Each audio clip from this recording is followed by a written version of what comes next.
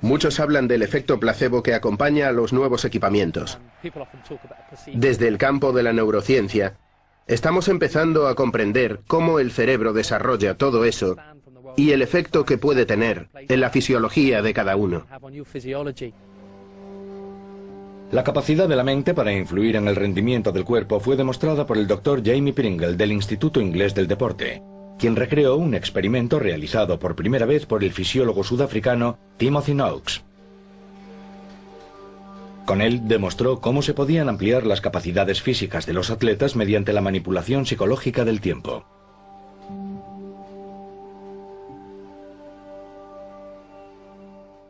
Pedimos a varias personas que hiciesen ejercicio durante unos 10 minutos hasta el agotamiento. En la siguiente sesión hicieron exactamente la misma prueba, pero con un reloj que avanzaba más despacio. Los participantes creían que harían ejercicio durante 10 minutos, pero en realidad fueron capaces de mantener la misma potencia sobre su bicicleta durante unos 12 minutos. Fueron capaces de aguantar 2 minutos más pensando que se iban a esforzar durante 10 minutos. Fueron capaces de aguantar durante otros 2 minutos más el esfuerzo que creían poder mantener durante 10 minutos simplemente debido a su percepción del tiempo. Comprender y aprovechar el poder de la mente es un factor clave para alcanzar el máximo rendimiento. Y conforme las presiones sobre los atletas se intensifican, el papel del psicólogo deportivo es cada vez más importante. Los atletas están sometidos a presiones financieras, a entrenamientos, tienen que viajar mucho y esa es otra presión añadida, las expectativas del público, las expectativas del cuerpo técnico.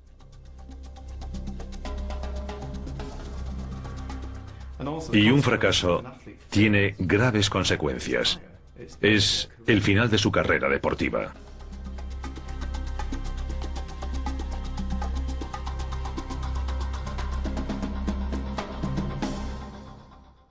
Lo que he hecho ha sido aplicar lo que sé sobre la mente humana. Pregunto a los deportistas, ¿qué quieres hacer? ¿Qué estás haciendo? ¿Qué no puedes hacer? Y entonces intento resolverlo. Para hacerlo intento darles una idea de lo que su mente puede y no puede hacer y cómo funciona. Y entonces analizamos lo que intentan lograr y lo optimizamos. Sabemos por las imágenes del cerebro que distribuye la sangre dependiendo de qué parte deseamos utilizar. Cuando lo supe y comprobé que ciertas partes del cerebro hacen que te sientas un poco inestable y emotivo, y otras partes hacen que te calmes, sumé 2 más 2 y me pregunté, ¿habrá algún modo de que los atletas puedan modificar el flujo sanguíneo hacia las zonas que ellos quieran? Lo que hago es explicar al atleta cómo funciona este modelo, cómo puede aprovecharlo sin tener que lavarle el cerebro.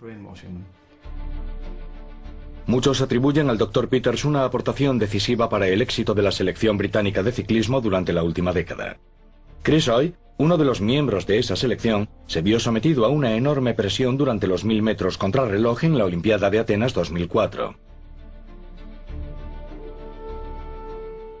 Para trabajar de forma óptima tienes que sentarte y pensar, ¿qué podría suceder y cómo me enfrentaré a ello? Y mi cometido era meterme en la cabeza de aquel joven y decirle a qué se iba a enfrentar, qué tendría que hacer probablemente al respecto y dónde podía desmoronarse. Chris era el campeón del mundo, por tanto sería el último en competir, y se encontró en una posición extraordinaria. Vio como Shane Kelly, el corredor australiano, establecía un nuevo récord olímpico que a continuación batiría el alemán Stefan Neimke. Cuando el penúltimo ciclista, el francés Arnaud Tournant, batió de nuevo el récord, Chris supo que tenía que hacer la mejor carrera de su vida. No solo tuve que esperar para correr, además tuve que ver cómo el récord, mi objetivo, era batido una y otra vez con marcas que ni de lejos había logrado antes. Pensaba, aunque haga la mejor carrera de mi vida, no conseguiré más que la medalla de bronce. Pero intenté no pensar en eso y no dejarme intimidar por las marcas de los demás atletas. Habíamos trabajado específicamente esa posibilidad del efecto que podía tener que alguien hiciese una carrera magnífica y cómo enfrentarse a ello psicológicamente. Chris era un alumno excepcional con unas capacidades increíbles y aprendió a hacerlo. Como él mismo dice en su libro, lo practicó miles de veces y es literalmente cierto. Visualizamos una y otra vez exactamente lo que sucedería y cómo se iba a enfrentar a ello.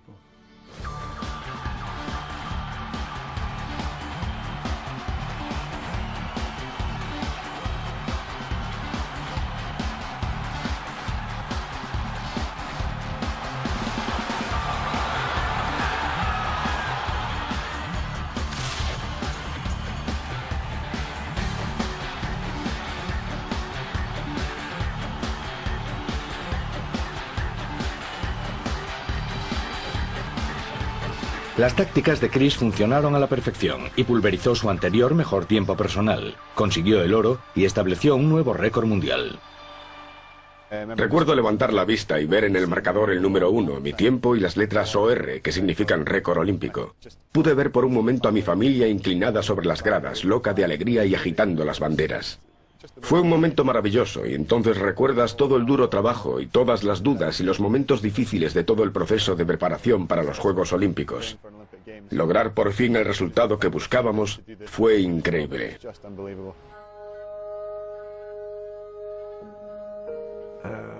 Como psicólogo suyo intentas no emocionarte demasiado, pero soy humano, y cuando me alejé de él, también quise vivir y respirar ese momento. Fue una experiencia fantástica, una gran euforia.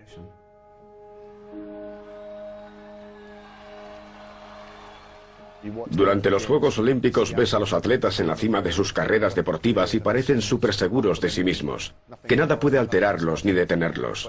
Pero en el camino que lleva a las Olimpiadas hay muchos días duros en los que no estás seguro de conseguirlo. Y cuando te subes al podio y ves cómo alzan la bandera, es algo con lo que has soñado toda tu vida. Puede ser un momento abrumador, y sin duda para mí lo fue. Jamás había soñado con algo así. Jamás soñé que llegaría a ser campeón olímpico, y mucho menos 4 veces. Los psicólogos no podemos hacer nada, a menos que ya hayan puesto todos los cimientos el equipo técnico, los científicos y el resto del equipo de apoyo. Ellos son quienes preparan a los atletas. Lo único que yo hago es evitar que flaqueen. Yo aporté el 1%, pero quizás fuese un porcentaje crucial. Cada atleta responde de forma muy distinta a los diferentes tipos de estrés, y hay muchas anécdotas y muchos ejemplos de atletas que prácticamente se crecen ante la adversidad. En todas las carreras es importante tener una estrategia mental. No importa si es de 100 o de 10.000 metros. No puedes limitarte a estar preparado físicamente para competir y hacerlo. Puedes estar en buena forma pero fallar ese día. Así que la faceta psicológica es un elemento importantísimo. Por desgracia vemos casos en los que los atletas lo están haciendo de maravilla durante los entrenamientos. Tienen una preparación física y un estado fisiológico perfectos, pero ese día compiten por debajo de sus posibilidades.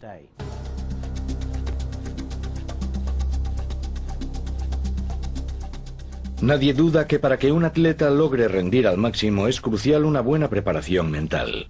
Después de estar a punto de quedarse sin la medalla de bronce en el 84 durante sus primeras Olimpiadas, el patinador de velocidad canadiense Dan Jansen logró dominar su deporte a mediados de los años 80. En el 88 llegó a Calgary siendo el campeón del mundo de velocidad, y era una apuesta segura para el oro en la prueba de los 500 metros. Pero la mañana de la final, Jansen recibió una noticia devastadora sobre su hermana Jane, que padecía leucemia.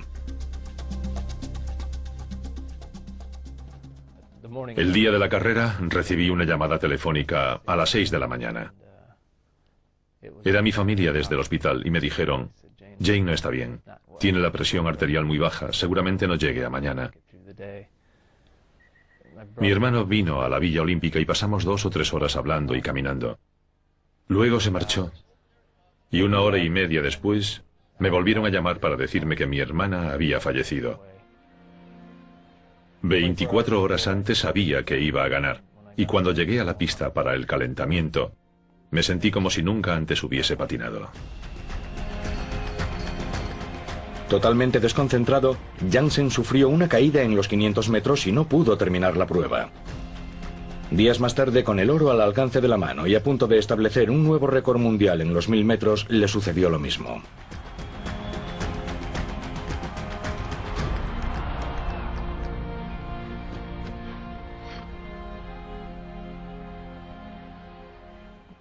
¿Qué más me podía pasar esa semana? Perdí a mi hermana y no logré cruzar la línea de meta en ninguna de las 2 carreras. Fue una semana horrible. Los siguientes 4 años, Jansen se mantuvo en la cima de su disciplina, estableciendo un nuevo récord mundial en los 500 metros, pocos meses antes de los Juegos Olímpicos de Invierno de Albertville. Pero una vez más, sus intentos descritos como tímidos por la prensa deportiva supusieron una decepción. Terminó cuarto en la prueba de 500 metros y en un desalentador 26º puesto en la de los 1000. Muchos se preguntaban si alguna vez conseguiría triunfar en una Olimpiada. En todas y cada una de las entrevistas que concedí me hicieron dos preguntas. Si iba a estar pensando en mi hermana o pensando en si me caía, así que necesitaba quitarme eso de la cabeza. Y es lo que hice. Jansen trabajó con su psicólogo, el Dr. Jim Lord, y comenzó afrontando la distancia que menos dominaba y menos le gustaba. Lo primero fue escribir cada día en mi diario. Me encantan los 1000 metros. Pero también escribía pequeñas notas que pegaba por toda la casa, en la nevera, el espejo del cuarto de baño. Fuese a donde fuese veía, me encantan los 1000 metros. Combinamos eso con todas las demás cosas que hicimos y curiosamente nunca olvidaré el día que me dije a mí mismo, literalmente, qué ganas tengo de hacer los 1000 metros este fin de semana. Nunca lo había dicho antes, nunca lo había pensado antes, pero lo hice. Y desde entonces siempre tuve ganas de entrenar esa distancia. La de Lillehammer en 1994 fue la cuarta y última Olimpiada de Jansen, una última oportunidad de ganar una medalla. Una vez más llegó como favorito. En los 2 años transcurridos desde Albertville, se había convertido en el primer patinador de velocidad en romper la barrera de los 36 segundos en 500 metros, y había conseguido los 5 mejores tiempos de la historia. Parecía que nada podría detenerlo. Nada me iba a impedir ganar esa carrera. Pensé que podía batir el récord del mundo, así que al llegar a la última curva forcé un poco las cosas y el hielo se desprendió. No creo que fuesen los nervios ni nada de eso, creo que fue más bien la agresividad. Fue realmente devastador. Lo lamenté por mi familia, por mi ciudad. Competir siempre implica una gran responsabilidad y la sentí. Dan Jansen, el patinador de velocidad más rápido de la historia, había competido en 4 Juegos Olímpicos, pero nunca había ganado una medalla. La prueba de los 1000 metros sería su última participación. Su última oportunidad. Quizá cuando se celebraban los Juegos Olímpicos pensaba cómo sería llegar a ser campeón olímpico. Antes de los 1000 metros ya no pensaba en eso. Olvidé mis expectativas y me concentré en lo que iba a hacer, en patinar como sabía patinar.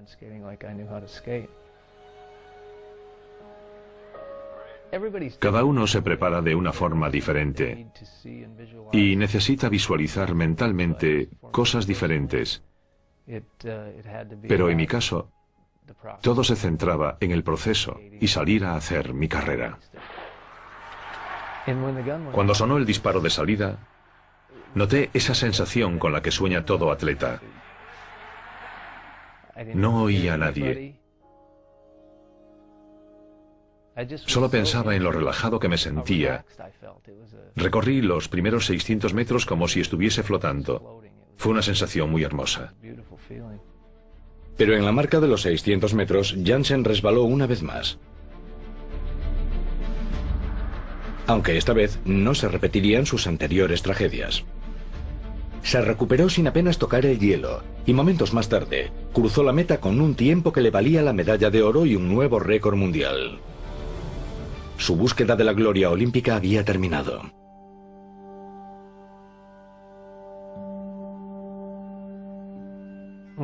Cuando terminé, levanté la vista y vi el indicador de récord del mundo.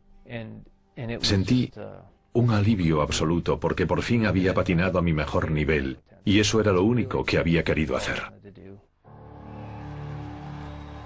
Los récords son marcas que otros han de superar y los Juegos Olímpicos a menudo son el escenario de las mayores hazañas humanas. Lo que impulsa a los atletas para alcanzar cimas extraordinarias es a menudo una combinación de genética, entrenamiento, técnica y psicología.